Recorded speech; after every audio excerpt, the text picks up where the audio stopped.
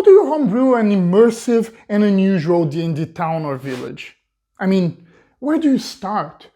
Where do the first ideas come from? Where can you find inspiration to make it a compelling place to be explored by your players? What is it that will make them curious and excited to interact with it? What will make them react in a tongue-in-cheek manner to a whimsical location, or what will make them feel the danger and mystery of a suspenseful place? What will make them point on a map and say, I want to go check what's in there? I'm sure there are many answers to that, and I mean it. Share with us how you build your locations or what entices you about a location in the comments down below. I'd love to read it. Here's my answer to that.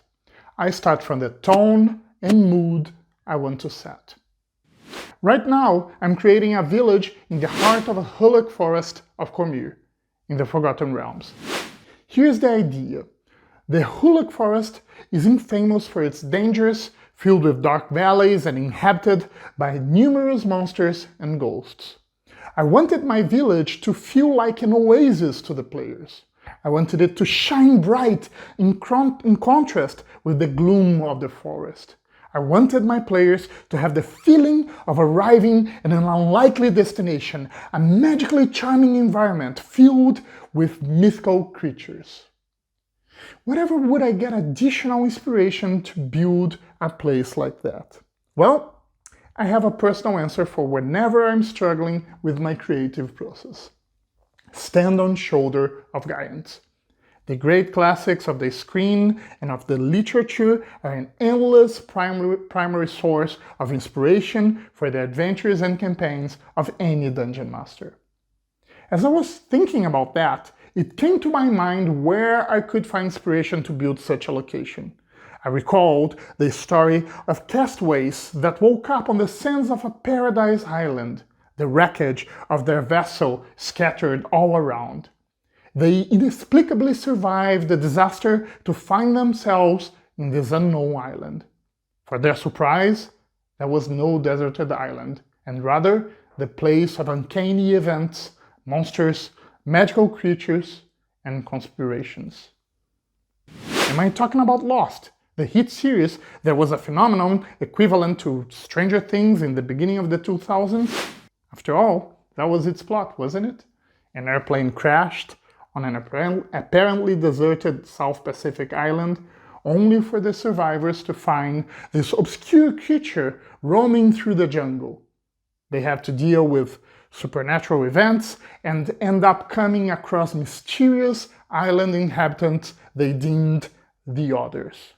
Soon, they find the island as the stage for a power struggle between its original inhabitants and other groups of visitors. Stranded on an island. No one's coming for us. Is that my inspiration? Well, yes and no. I did watch and love Lost, which is still one of the best TV series ever. It propelled to stardom a bunch of exceptionally talented screenwriters, producers, and showrunners, including J.J. Abrams, who by now has created so many brilliant films and series.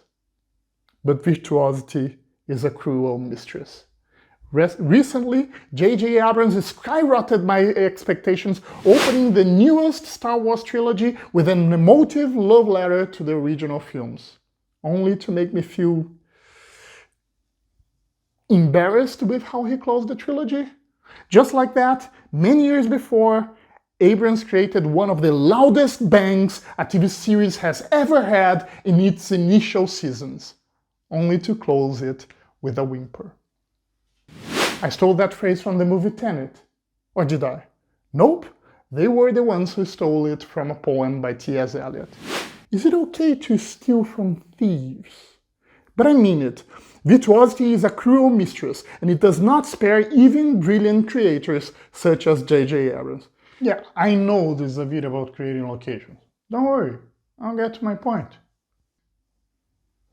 The inspiration for my location is actually The Tempest by William Shakespeare, which is certainly also one of the sources of inspiration for Lost. The story begins with a shipwreckage caused by a tempest referred in its title. Harold Bloom, maybe the most famous of American literature critics, deceased a few years ago, wrote a book called Shakespeare, The Invention of the Human. His argument is that Shakespeare not only represented human nature as we know it today, but actually created that new representation.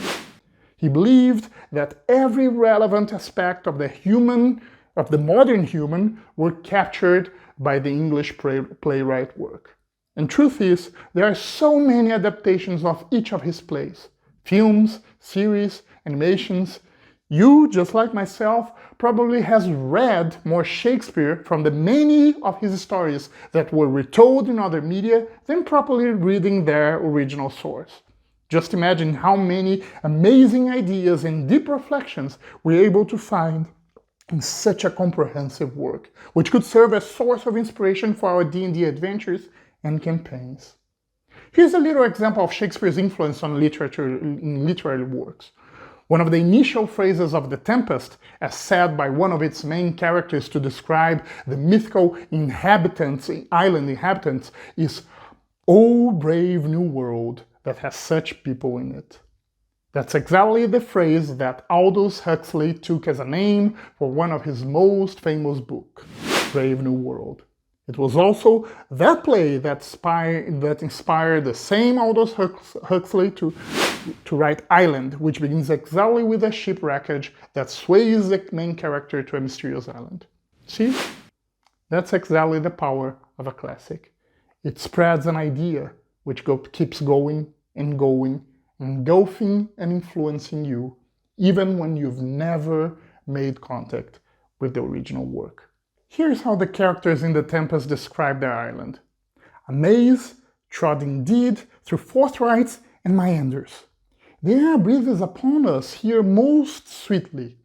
Here is everything adventures to life. How lush and lusty the grass looks. How green. The rarity of it is that our garments, being as they were drenched in the sea, hold notwithstanding their freshness and glosses, being rather new dyed than stained with salt water." One of them proceeds to envision how life would be in the island. "No name of magistrate. Letters should not be known. Riches, poverty, and use of service, none. Contract, succession, born, bound of land, tilth, vineyard, none. No use of metal, corn, or wine, or oil. No occupation. All men idle. All. And women too." There, that's the inspiration I needed for my location.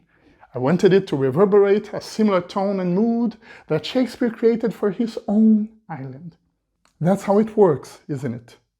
You watch or read something here and there, collect inspiration, and try to replicate the magical feeling that an idea, tone, or mood brings up to you. The spell isn't cast, the classics spreads onwards, and you, as a dungeon master, have a new old story to tell.